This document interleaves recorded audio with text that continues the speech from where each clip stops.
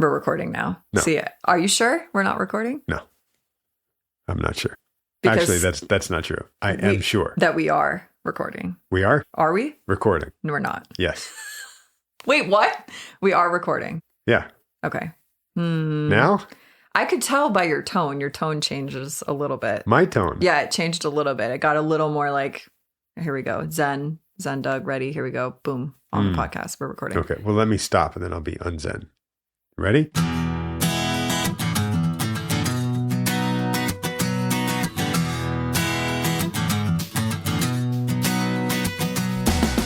I am Doug Friedman. I am Kenzie Janest. And this is Your Mental Breakdown, the podcast.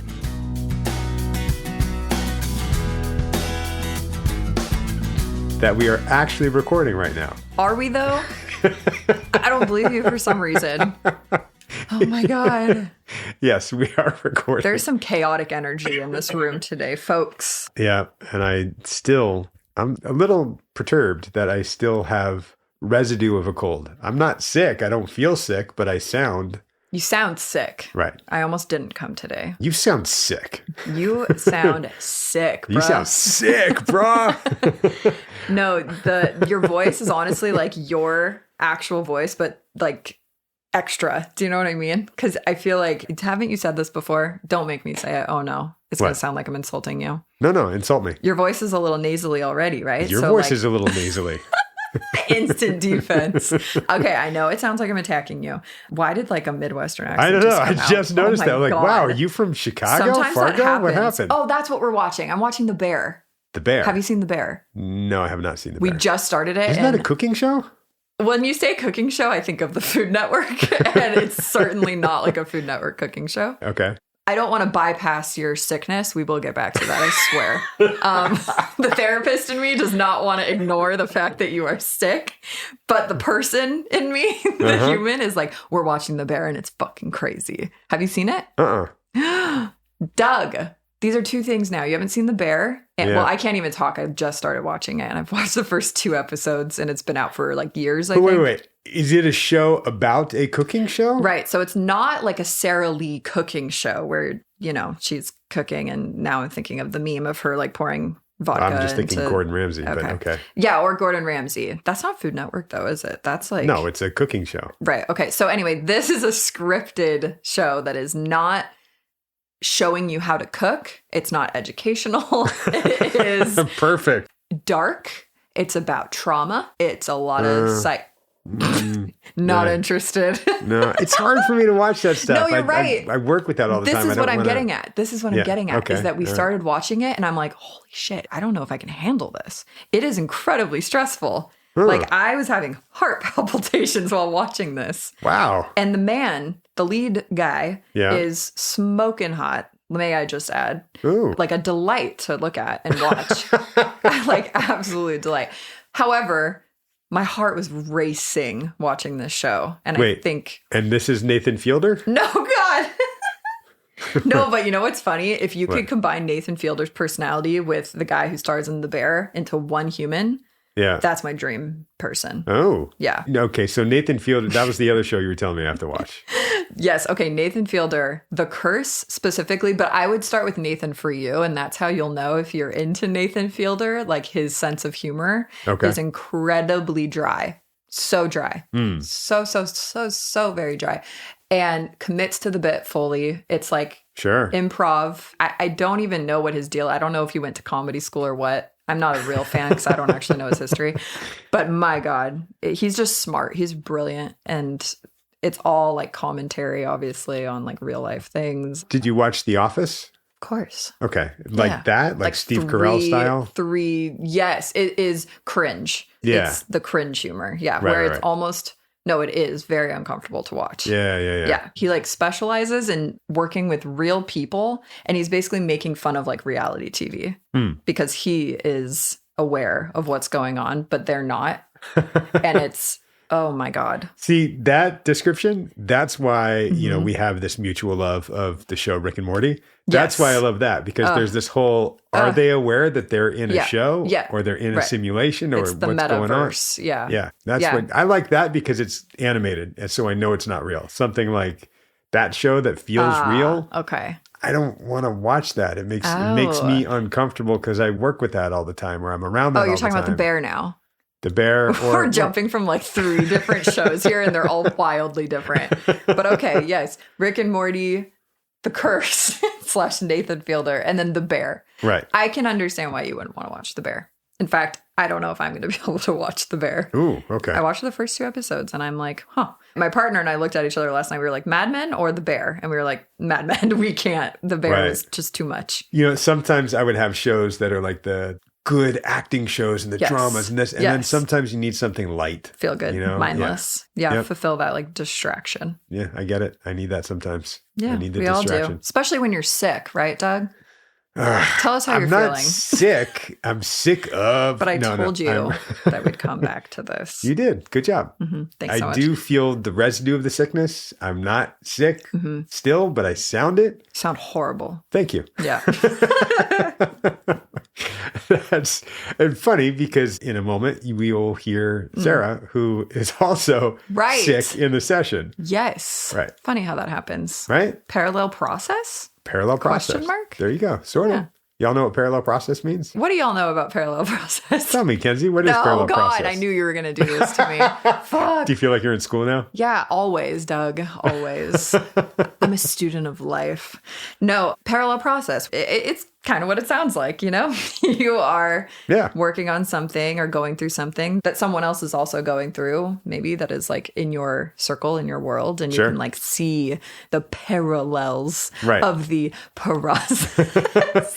Which, if you're watching a TV show, it's just kind of cool if you see a character that's going through something that you're going through. And often a lot of shows are written where there's a theme for the show and everybody seems to be going through like the same thing because there's this is the lesson or the moral of the story, right? Right. Yeah. It all comes together at the end. Like, ooh, yeah. In therapy, there's something about the parallel process for a therapist where if you realize a client's going through something similar to what you're going through, you have to compartmentalize the crap out of that so you don't play that out with the client. You deal with it on your own. Right? Oh, and it's crazy when it comes up. When they hit something and they say something that you are also currently dealing with, you're like, oh my God, swallow it. I have had colleagues reach out to me and say, hey, can I transfer this client over to you or someone in your group? I'm like, oh, why? What happened? Well, there was this dynamic and that hits too close to home for me and I can't really work with them effectively now. That's good though, like to be able to have that awareness, I guess, right? That's kind of part of the job is to know what you are comfortable working with. And I never think that that's the shortcoming of the therapist. I think the shortcoming is not being able to see that and name it.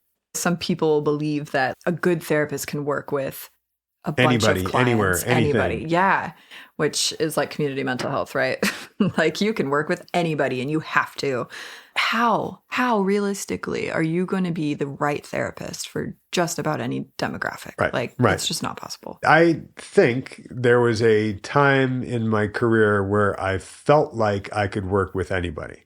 And I wanted to hone that and be able to hone it and own it that I can work with anybody. Hone it and own it. Selling t-shirts next trademark month. Right. That's for me, that was something big in my process learning as a therapist I want to know how to do everything. Yeah. And I came up against certain clients that would have, an active eating disorder. Yep. And while I can understand that, there's a certain specialty that deals with eating disorders. One of my good friends from high school and college does that. It's like one of the leading psychologists doing work with eating disorder clients, right? It's a high specialty thing. Yeah. And I would talk to her and consult with her and realize, wait a second.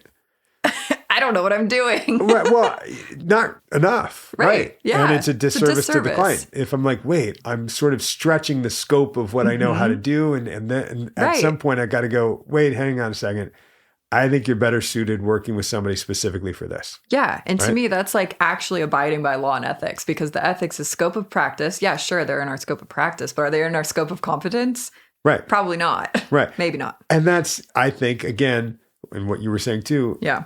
One of the big ways that you can show how competent you are is to recognize when something is out of your scope of competence and say so. Yeah. It's a process, though, to learn that, obviously. Oh, yeah. It takes time. I'm just now starting to figure that out. Like, what I actually like working with versus what I don't or what I feel competent in and like what I want to become more competent in. Well, and it's a fine line between what you push yourself to grow, to be able to do, and to gain competence and confidence in working with certain things. Yeah. And not just therapy. I mean, that goes for all of you with anything, right? Literally it's pushing yourself to grow and do more. And then at some point going, wait a second, I don't have to push, or I'm pushing myself far beyond the line of competence where I'm now feeling incompetent. Yeah. And that imposter syndrome is not just a syndrome. Now it's true. Now it's true. The worst nightmare of imposter syndrome actually being true. Right. So to bring this back to Sarah, how did you know that you were competent enough to, no, really, I think about this and like, I'm not doubting your abilities or anything, but I look at a client like Sarah and I'm like, holy shit, like a trauma, like cult survivor, like that's some crazy shit. Like, how did you say, yeah, I can work with this? Well, just like that. I said that. You said, I can work with this. Part of it for me is knowing early on some of the universals. You know, it was trauma. It was her experience. Sure. It was what was embedded in her at an early age and she wants to heal from now and she wants to work on now. She didn't come to me saying, I want to work on the trauma I went through as a survivor of this childhood in a cult. She came to me going, I'm having this anxiety and these panic attacks and, you know, something's off. So something is coming up in her life now that is probably rooted in her past and in neural pathways that have gotten connected. And she wanted to look at that and, okay, that's what I do. I can do that. And as far as the cult stuff. Yeah. Did you know? Did I know what? Was that part of her like intake, you know, paperwork? Like you knew? Okay. Off the bat. Okay. Yep. And for me, I grew up with my mom as my mother. Who you don't say. Who wasn't originally a therapist, but became a therapist. Right. And when I was in my early teens and kind of helping her out in her office, she was specialized in helping deprogram people coming out of cults. So I learned a lot about that. Yes, I heard this on a previous episode. Right? Yes. There you go. Okay, this makes sense. Yeah. So for me, that didn't make me qualified, but that made me experienced. Well, and it was like, okay, well, let's see what Sarah brings to the table. And of course, in my head was if I'm ever out of my scope or if there's something I don't understand, I can consult, I can ask, I can find out, but we never really got there. It's just, this is what we were doing. Yeah. And it works. Wow. Yeah. Look at that. Lucky you. Lucky me. I love when it just works out, you know? Right. Yeah. When you realize, oh, we're a good fit for each other. This is cool. Yeah. That's like the best part. You know what's a good fit? Me and you. Oh. Were you waiting for me to say it? No, I was trying to come up with something clever. Oh, shit. Oh, but that wasn't clever. Thanks a lot. What's a good fit is you out there listening to us. We appreciate you and feel free to listen more. Find us wherever you go to social media and sing our praises. You're doing great. You're doing great. Sorry. It's this. Can I blame the cold? Can I blame having a cold? Yeah, for sure. Yeah. Even though I said I don't have a cold anymore. Yeah. No. Well, maybe don't rate us and review us based on how we've been doing right now. No. But no, listen give us up some time to the session where I did not have a cold, although Sarah did. Sarah did. Yeah. Kind of parallel process. Yeah, a little bit. How about that? Let's get to it. We'll be back in a bit. Alrighty. Other than the cold, how have you been feeling? Good. I've been dealing with a lot of emotions surrounding my teenager son. Well, okay, so as I understand it, he was sitting with a group of kids in one of his classes. One of the kids left their AirPods on the table. He thought it would be a funny joke to grab them, put them in his pocket, and have the kid go, "Oh my God, where are my AirPods?" Right? In my opinion, he let the joke go on just that much too long, and then it became serious, and they called in campus security. Then he got scared. So it was just a comedy of errors, bad decisions that he made. He ended up lying, saying he did not take it when he had taken it, but he stood firm that he had not taken them. There's so many random things that went through his mind, the way he explains it to me.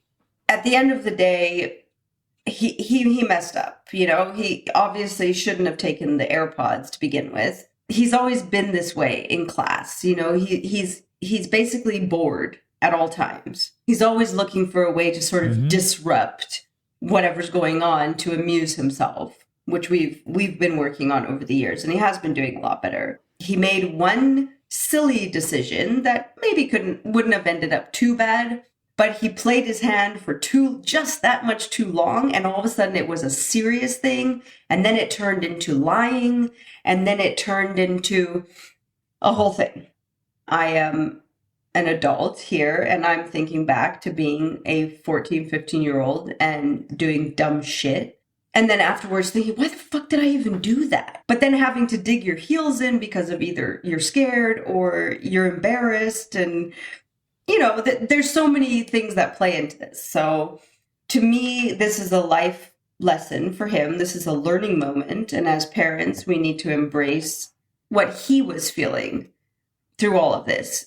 To me, the worst decision he made was to lie. He should have just, at that point, come clean and said, you know what? I'm sorry. I wasn't trying to steal these. I was trying to play a prank. I took it too far. But that's a rational adult mind, not a teenager mind who's, you know, scared of the campus security and now embarrassed in front of his friends. I always err on the side of non-harsh parenting or non-disciplinary style parenting.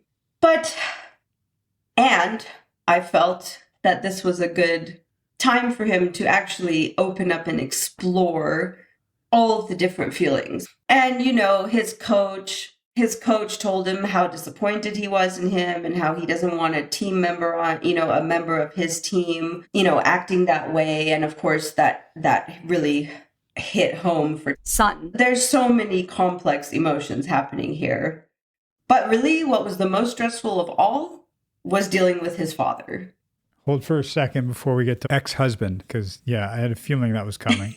I like that you're seeing it and sort of, in a sense, redefining what your role is. You're not the disciplinarian. That's not the role here. You're actually not even the teacher. He's learning the lessons himself. Exactly. The way you're describing it, you even said, I'm just allowing him to have all the feelings and go through all of that.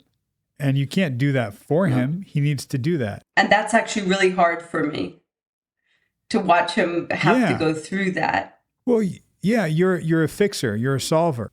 So you can see how to solve this. We should have just done this. So just don't do that anymore and do this. Nope. Your role here is slightly different. What do you think your role is? Not what you'd like it to be, but sort of naturally what it is or what it can be. What do you think?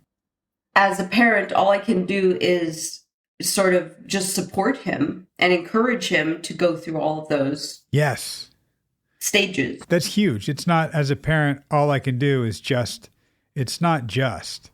It's huge. It's what you never got. It's allowing him to have those feelings himself, not protect him from them, not correct him from them.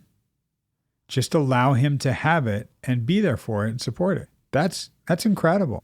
It's hard to do for sure, especially when we're about to throw ex-husband into the mix. And I'm sure there was a lot that got stirred up there. It's not just doing that as a parent. It's something that you've talked to me about several times that you never got. I wasn't allowed, I couldn't have these feelings. I either got spanked or ignored. And you're allowing him to have it for himself and being supportive and there to hear it. And I did feel very at peace with how I reacted. You could tell he was very, very repentant. Like, he was very sorry for what he did. And it was almost as if he didn't really know why he did it. But this thing happened and he saw the consequences of it. And he really took it to heart. So the day it happened, he dug his heels in and said, I didn't take them. He finally fesses up to the principal and he says, okay, look, I'm sorry. You know, I have this terrible feeling in my stomach. I just need to get it out. I did do this and I'm sorry. You know, I don't know why I did it. When I got home that evening, he was waiting for me. He's like, Mom, we need to talk. And took me in the room and he just burst into tears. And I was like, I know exactly just cry until you feel like you're done crying, because I knew all the disappointment and all the stress he was feeling in himself and in the situation. He didn't even consider the ramifications of all his poor decisions that led up to this point. So I felt his sadness and his stress. And so I told him, I was like, we're just going to sit here and you're just going to feel the feelings, and then we'll just talk about it. There's no relevant consequences for a prank gone wrong. I said besides perhaps putting, I don't know, I was trying to think of things that would make him continue to feel all the feelings. So put it in writing. Put in writing where your head was at, how you would approach the situation next time. I was like, whatever's gonna help you learn a life lesson. That's why, right. You're not the disciplinarian. And that's, what we talked about a few weeks ago, that natural consequences. Well, the natural consequence is you feel bad. Remember, the idea of natural consequence isn't that you are deciding a punishment. Exactly. It's their actions determine what the consequence of their actions is. Exactly. So he did this thing, and the consequence is he feels bad. And your role now is, okay, I will allow you to have that and support that and be here for it. How you parenting your kids is a parenting experience you didn't get to have. Definitely. You are being the good parent you didn't have. Yep. It's pretty remarkable, because that's the filter that I have on and how I hear it. And it's really powerful. This was a life lesson. This was not a punishment or a consequence. This was something he has to learn. He even said to me, he's like, Mom, I don't understand why I made this decision, and then why I made this decision. And I'm like, because this is life. This is literally a pattern or a series of events that you have to go through. And you may even go through it more than once. You're, in a sense, explaining to him that why did he make these decisions? Why did he make these choices?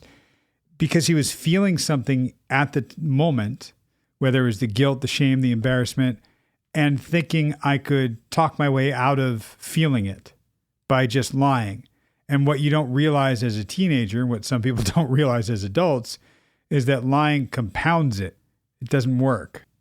Very often doesn't work. And even if it does work, most people, unless they're sociopaths, will feel bad about what they've done. But I told him that exact thing.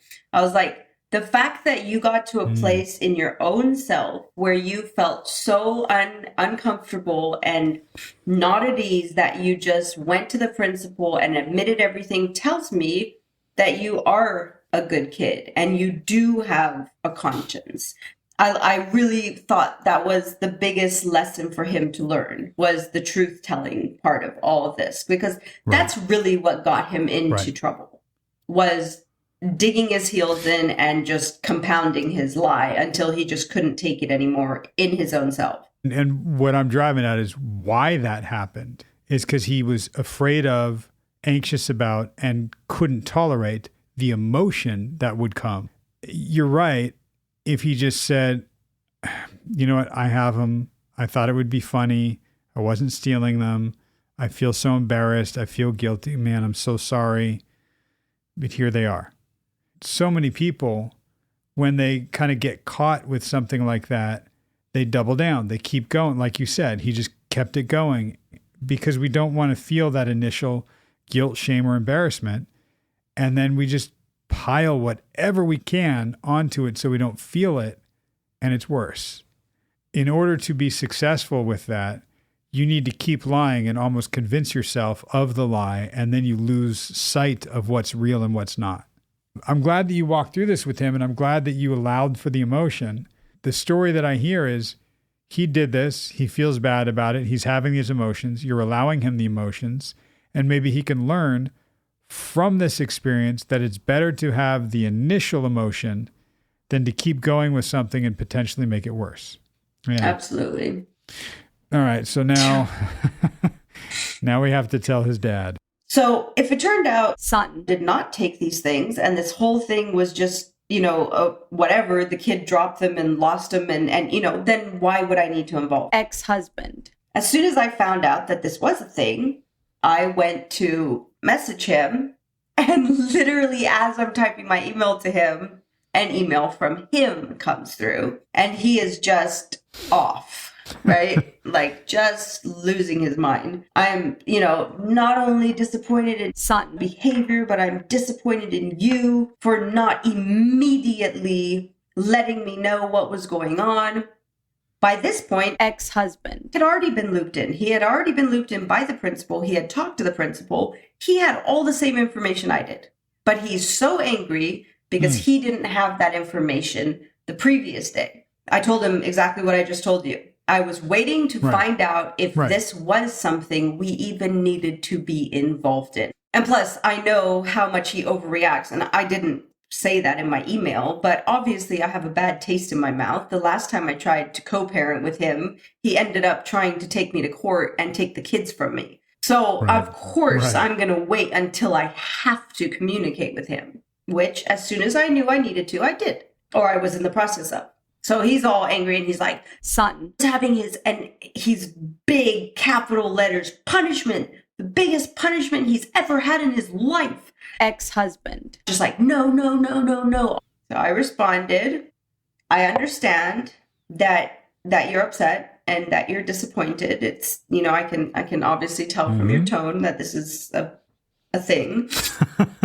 But I just want to make sure that we both remember that our son is about to turn 15. He's going to have more and more of these kind of big life moments, these moments where he has to make decisions and he's sometimes going to make the wrong ones.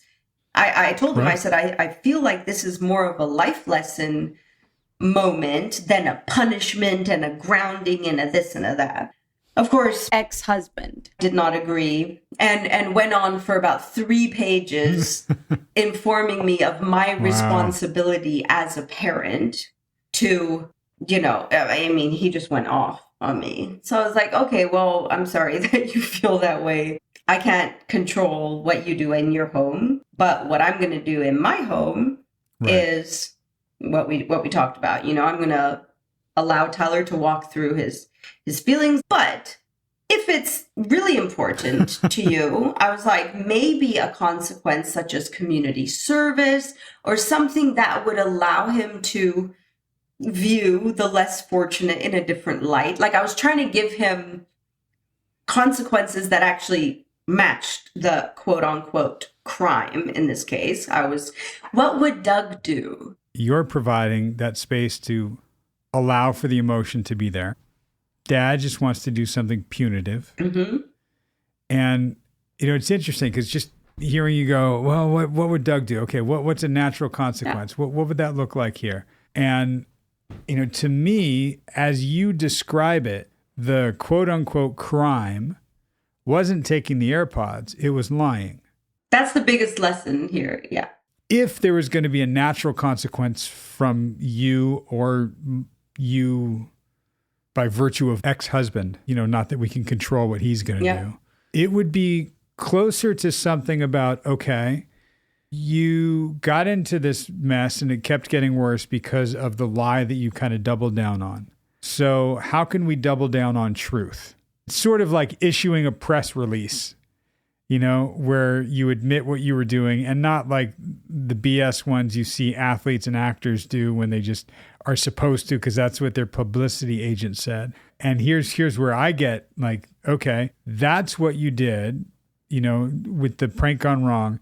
So you doubled down, you kept telling it got bigger. So write this thing out and we're going to give it to the principal. We're going to ask the principal if you can, say it over the loudspeaker so everybody can hear it. Or so you can pass it out in the classroom that you have with this other kid. Or I want you to take this to the other kid, give it to him, and ask his parents to sign it and bring it back to you to show that they read it. This is where my head was at, though, when I first started thinking of natural consequence. I'm agreeing with that. And it's anything like I'm saying about, hey, yeah, have him read it over the loudspeaker, have him, hand it to the kid. That's not, necessarily to make him uncomfortable.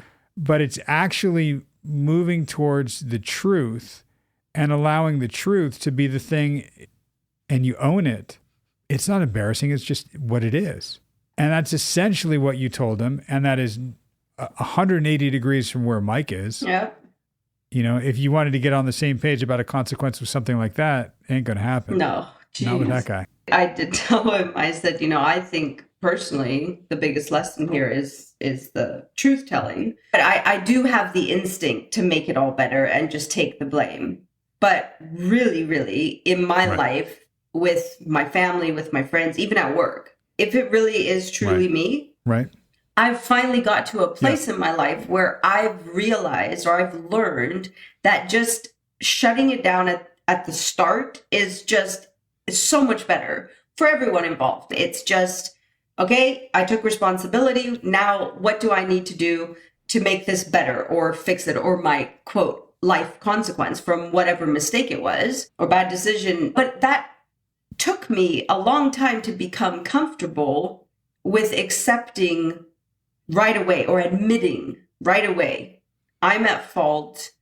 Yeah, I love that you get that, and that's wonderful. And you could wonderfully parent son through this, because it really is about, well, the sooner you could acknowledge that, the sooner you can admit fault, the sooner it sets you free, and that's, man, what a great lesson. Not only is it not easy, it's contradicted by the other parent.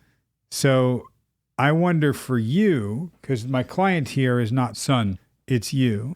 And we're spending like almost an entire session talking about, what you said right when we first started. I'm going through all these emotions with this teenager of mine. Okay. You need to kind of go, oh, wait, hang on. These aren't my emotions. They're his, but I'm going through with, okay. And let that process through you. However, what I hear is I'm now trying to manage ex-husband with this, and there's conflict there, and it is anxiety producing. And how do you manage that? And how do you deal with that? You're doing all the right stuff as the parent. You are not a single parent, though. You're only one side of the equation. But honestly, this was my whole brain power this week. And I don't think unrelated to what we have been discussing about my own issues with how I view myself as a parent. Am I a good parent? Am I a bad parent? Right? I felt in this situation, I would have put myself in the good parent status. Like I don't feel the level of anxiety that I normally do. Obviously, don't like to see my kids cry, but especially not my son. It's rough. He's not a crier. So when he cries, that some serious shit going on. But it like you said, I turn it back to my feelings as a child. I cried alone my whole childhood. I didn't have somebody to turn to teach me a life lesson. I had to learn those life lessons on my own with no guidance. I try not to project that insecurity or that sadness onto my kids now, because I get the feelings in my chest when I see them or going through something this. There's so many big emotions happening in this little tiny fuck up. And especially when I put myself back in a teenage brain, they're just not working with the full set of tools yet. Here's what I want to know, because I'm looking at your experience and you and ex-husband. You are creating, I love that you recognize you being the good parent. It's awesome. And you are creating an environment where both of your kids can come to you with an emotion and have that emotion validated. You are creating that experience for them. Wonderful, because you didn't have it. You get to relive it with them now. Amazing. Still difficult because you go through the emotions. Your co-parent in this doesn't do things that way and often turns it on you. Yes. So tell me for a minute about how you manage that, because I also look at where anxiety is for you, and if it's anywhere, this shit with ex-husband, whatever's going to happen with ex-husband is going to trigger it and bring it out. So tell me about this for you. So in the past, when he turns it around on me, which he did do this time too, bringing up my role as a parent and trying to teach me how to be a parent, essentially saying that the only reason my kids are fucking up is because of me. Really, if you read the fine print, normally I'll get defensive, right? And I'll say, well, that makes no sense, or I'll try and reason with him or use my data mind. But this time I right. I just answered him with a very, very calm but very clear line. There was no justification, there was no defense. It was just, I understand.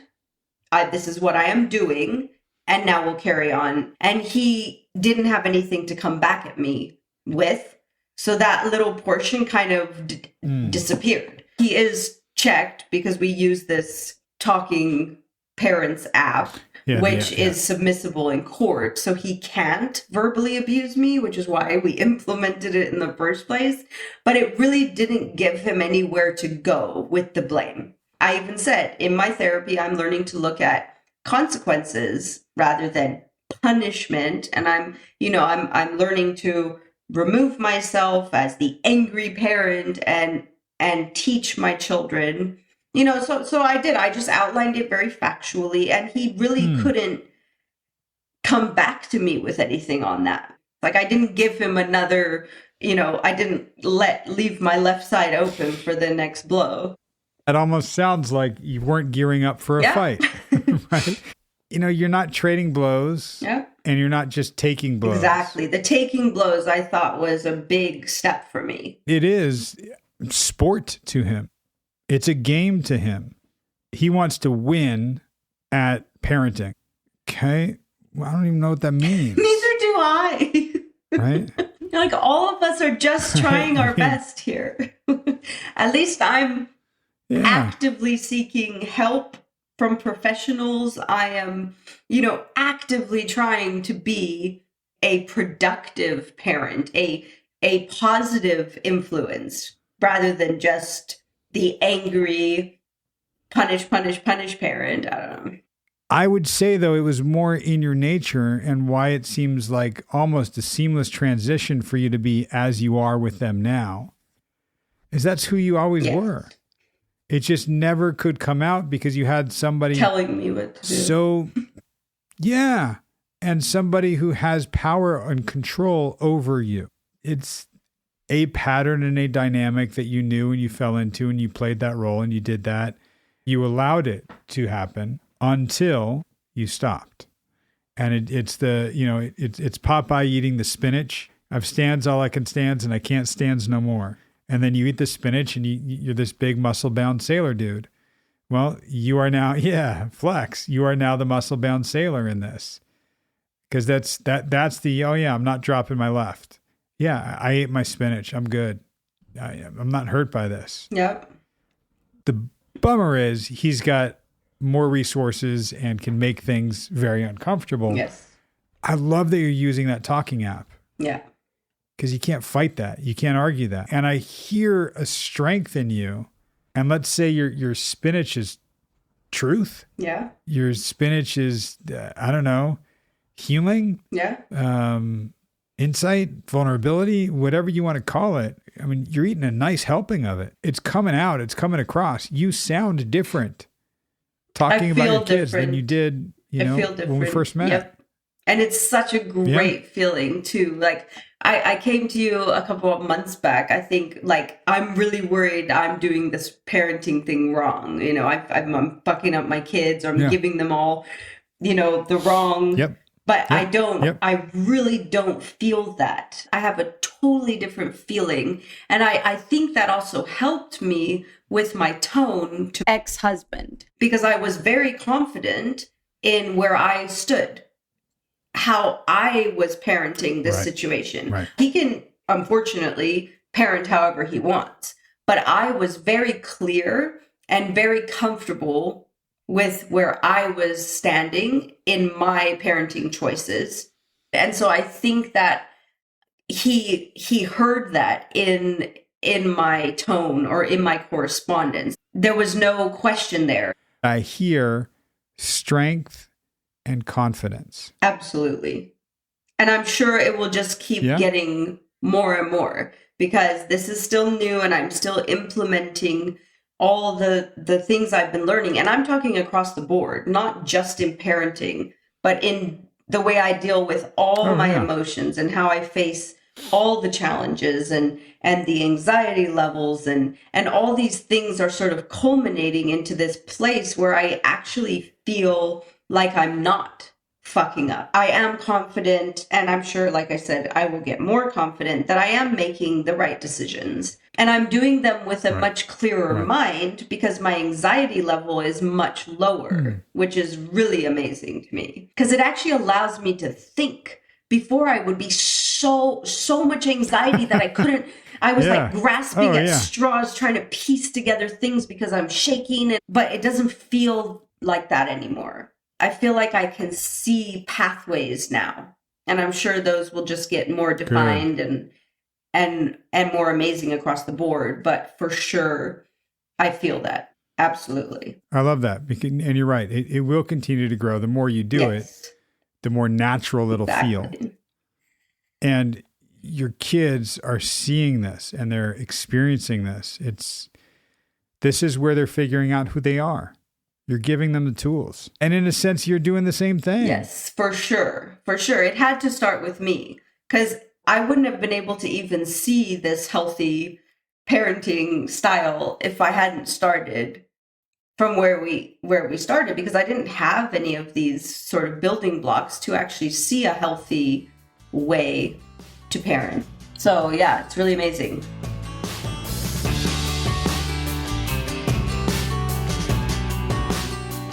And we're back. We're back. Okay. Yeah, go. That's you. And we're back. Okay. So Sarah's sick, as we said, but we don't really get into that, right? It's kind of like, okay, besides the cold. Like whatever. Because I think you've had a session with her before where you're like, how do you handle yourself when you're sick? What do you do? So I think we've been there before with her. We have been there. I mean, it comes into play a little bit with some of the stuff that we've been talking about with her, like needing to be perfect and needing to do this and needing like, oh, I can't get sick. I just push through and like all that stuff. Yeah, we've dealt with that before. This time was been like, there, done that. Ugh, old news. Yeah. Okay. But now we're getting back into basically the theme of natural consequences, right? Which let me just say right off the bat, Doug, I'm fully in it. I'm in it. I've bought into it and I believe it, and I don't know why I ever questioned it, because it makes too much sense, actually. I think it made so much sense that I fought it almost. But remember in the first episode that we recorded, I was like, I don't get it. Like, isn't it still a punishment? No, consequences are not inherently bad or good. They're just going to happen. So anyway, let me just start off by saying that, okay, I'm there. I'm here. You know, by the way, Sarah was there right away with natural consequences. When we introduced it to her, she was like, it resonated immediately. Yes. Yeah. And now what we're hearing is it just naturally came up for her in parenting. Yes. It's amazing. Yeah. And she's sharing this story. And it's funny because when a client starts sharing a story like this, at one point, there would have been a time where I was like, oh my God, yum, yum, yum, yum, yum. Give me all the details, like share everything. And you get so lost in like the content of it all. Right. But instead, obviously, a good therapist like Doug doesn't do that. But what kept coming up for me as she was kind of explaining this story, right? Like, okay, son is, doing a bad thing at school, like he lied.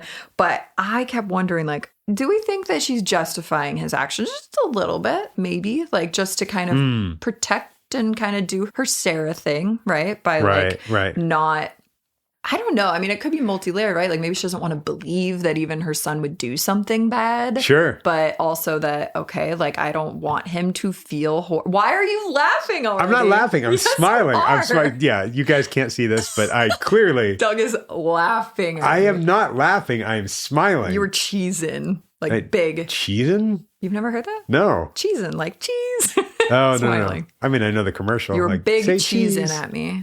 I mean, I was maybe cutting some cheese, but I was... my God, that would be so rude. Yeah. No, I think what I was responding to as you were saying that is I remember in the session, what I did was I just went with Sarah. Right? So there was nothing in her that thought that her son could have actually been stealing something. This was just a prank gone wrong, and he played it out and he dug his heels into it. Yeah. So I went with that. And the smile on my face as you were saying that, I wasn't laughing at you. I was smiling because I also had the thought, probably in the session, and compartmentalized it because it didn't need to come out right then and there. Yeah. Certainly afterwards, I thought about it. Sure. Is it possible that the kid really was trying to steal the AirPods and get away with something, and then covered it up and got caught in the cover up and never copped to, the first part? Right. And he's a teenage boy. Right. And not to throw some stereotypes on there, but like, he's a teenage boy. He's going to do stupid shit. Yeah. Which I think Sarah also mentions. She's like, I used to do dumb shit too when I was 14, 15 years old. Yeah, that's exactly what she said. Too. Yeah. Right. She gets it. Again, she's believing, and I'm believing her, that the values that she's instilled in him is what really guides him. So he was just trying to make a joke or play around, and then he felt guilt, shame, and embarrassment, so didn't want to cop to it, and then got stuck. And she went, yep, I know that one. I can relate to that one. So that's what I went with her on. There was no part of me that got into like, I want to get into the content and I want to go there. And it's funny, Meredith and I used to talk about this a lot because she would get into like the weeds and get into the details. And it's really tempting. Right. And she probably, I could hear her voice in my head going, come on. I mean, the side eye, like, right? Come on. He was stealing, like, he was trying to get away with that. Like, he's a boy. He was doing that. And that wasn't relevant to what we were trying to do therapeutically. Right. And I'm trying to think, well, what would have been the next step if we did do that? Like what path the session would have looked maybe completely different, but maybe not. Like what would it have looked like if we did kind of doubt Sarah's intuition almost? Or just go to the place that you were talking about, which is she covering up and protecting him? Yeah. I think I would have even done that. I would have been like, are we justifying just a little bit? Are we justifying his behavior? Like, I don't know. Can we challenge that really quick? Like, but I don't know. So there's probably a reason, consciously and unconsciously, I didn't do that. Okay. We have gone there before. Yeah. The theme of Sarah protecting her siblings in the cult, taking it on herself. If we're going to get punished, then I want to get punished knowing I did something wrong or somebody did something wrong. Like, I will step up and take the blame, or I will do that. Like, she has that in her. We've talked about that a lot. That's a common theme. Yeah. Maybe hearing you say this and throw this at me, like maybe we could highlight how that theme could be playing out with what she's doing in parenting her son. Right. Maybe with just like a comment or just to throw it out there. Sure. I would have been curious, I think, just to see like what she would have said if you did challenge it a little bit. Yeah. Right. Like would there have been a little defensiveness there, or would it have been like, no, matter of fact, like this is what I was doing, Because sometimes she is really good at like not defending herself or being defensive, but at countering your point, right? Or really like sticking it to you and just like. And thinking back, I'm trying to think back to that particular session, and I can't specifically. Of course not. Yeah. Right. But I know our dynamic, me and Sarah. Yeah. Right. And I know she has such earnestness when she says things like, oh, no, he wasn't stealing that. Yeah. And if she thought he was, she would absolutely have said so. Okay. That's fair. That's actually a really good point. She probably would have brought up her anxiety around her speculation of it, right? If she didn't. And she, as a mom, she's a darn good mom, right? Yeah. So if she had that mommy radar going off of, hang on a second, no, he's full of crap. He was trying to pocket those and sell them for, a Game Boy or something like that, or whatever the kids are into these days. A Game Boy. Sorry, I just did the thing. A Game Boy of all things. Ooh, a Nintendo Switch. Are those handhelds? Are those handhelds? Well, what do you mean by handhelds? like if I was going to steal somebody's AirPods and sell them, I could probably get $40 for them or something, right? I actually have no idea, but you're probably right. What can I buy for $40? Probably somebody's old Game Boy. Yeah, that's probably true. On, that was my eBay. Thinking as a teenage boy. Not on eBay. I want to do it somewhere on campus. Like behind the building. That's right. Yeah.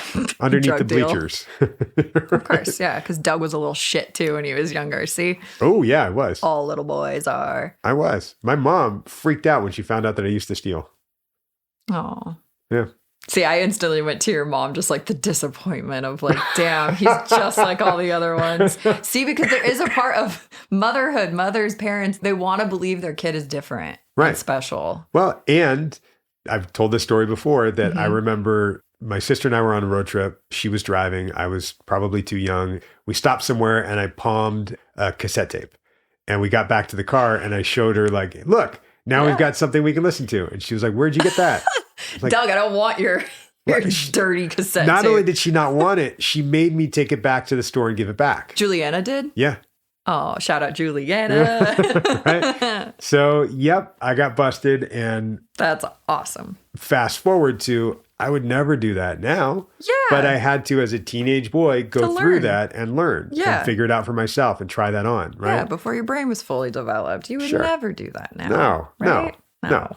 And that's something that I think she was looking at, but not in terms of stealing or not stealing, but in terms of lying and covering something up and getting caught in the emotion of it. And this is, again, beautiful for her. Oh, it's so good. Right? It's so good. When you said, like, she's obviously such a good mom, I literally in my notes here was just like, oh my God, she's such a good mom. Like, just as a person who has parents, like, I'm like, I wish there were more moms like Sarah. Like, oh my God, she's just, I mean, the fact that she took this as an opportunity after just kind of learning the natural consequences thing, right? And she naturally took this as an opportunity to explore his feelings around this situation. Are you kidding? Who does that? Like, that is incredible. Right. And you make a good point in this too, that it almost comes naturally to her to be like emotional and focus on this with her kids because it goes in line with her not being that disciplinary parent and like not being, you know, she said like, I'm just not that type of parent that's going to like punish you and scold you.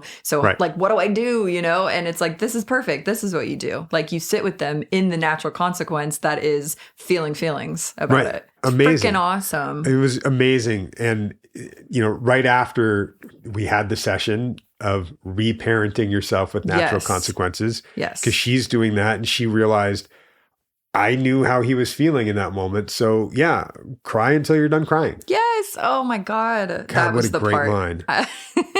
The fact that he burst into tears with her, I literally notes, good.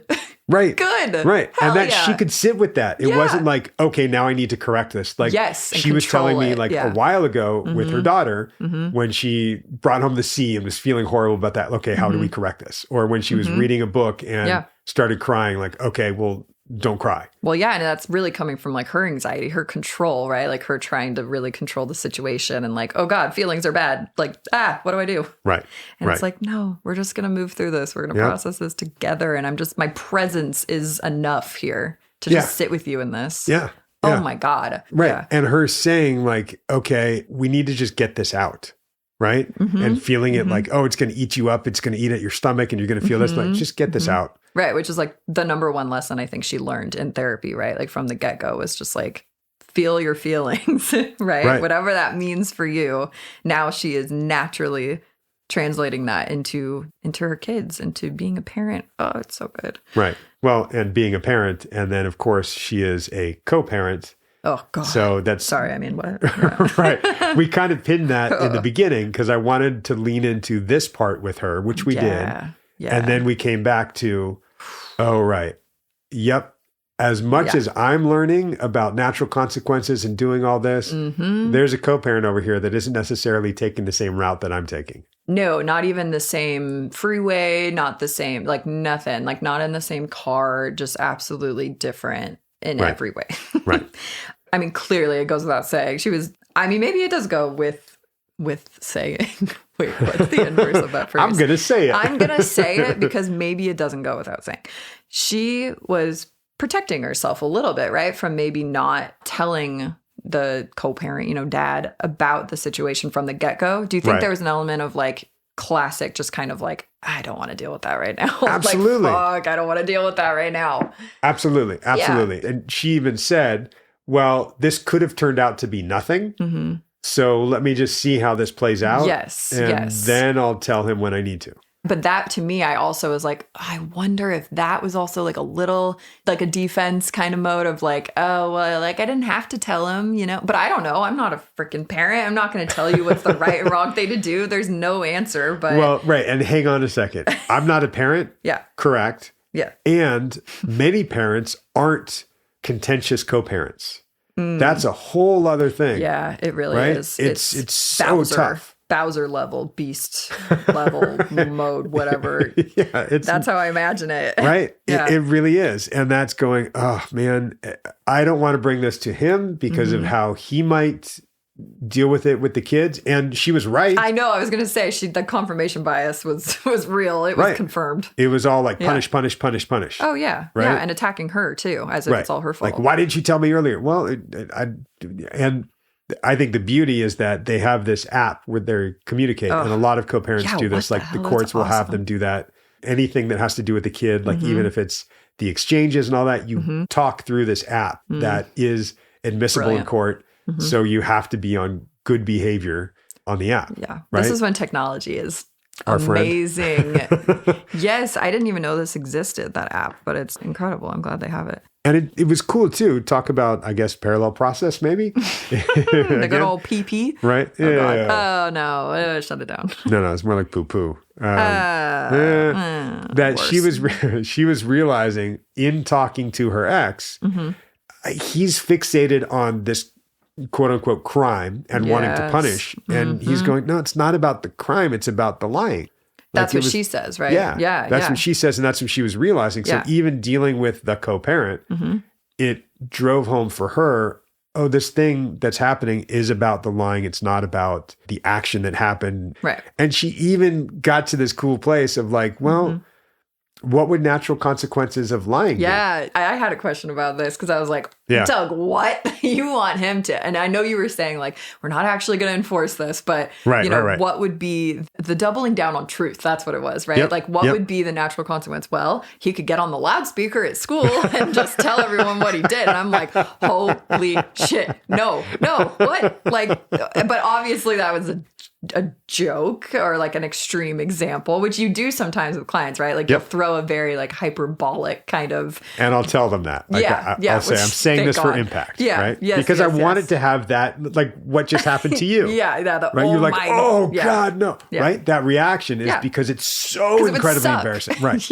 Right. And if the son had heard that, he would have been like, oh my God. And it's, okay. Like, I'm never going to do that again. I don't want to lie because telling the truth like that would be horrible. Right. Well, telling the truth like that would be horrible. Right. Right. And that's the extreme example. But what about, the other thing I said, what about writing a letter to the kid and giving it to the kid's parents, or something like going, hey, I'm sorry. It was a joke and I was just doing this. And then it releases that secret that you're holding. That lie that you're holding. There's this truth and I'm not telling anybody the truth because I'm so embarrassed and I feel guilty and I'm ashamed. As soon as you actually say it, usually the response is keyword. Okay. Yeah. It's never as bad as you think it's going to be. Basically. And it might, maybe on the end of the worst spectrum is, well, yeah, that really sucked. It really bothered me. Right. Yeah. And they do have feelings about it. And then you have to sit with that and be like, your feelings are valid. Okay. Right. Yeah. And sorry. It just keeps going. We keep validating feelings. And sometimes it's just easier not to say anything at all to anybody and shove it down and suppress and just it. And isolate forever and never talk to anyone ever again. Right. That's the answer to everything is what we're learning today.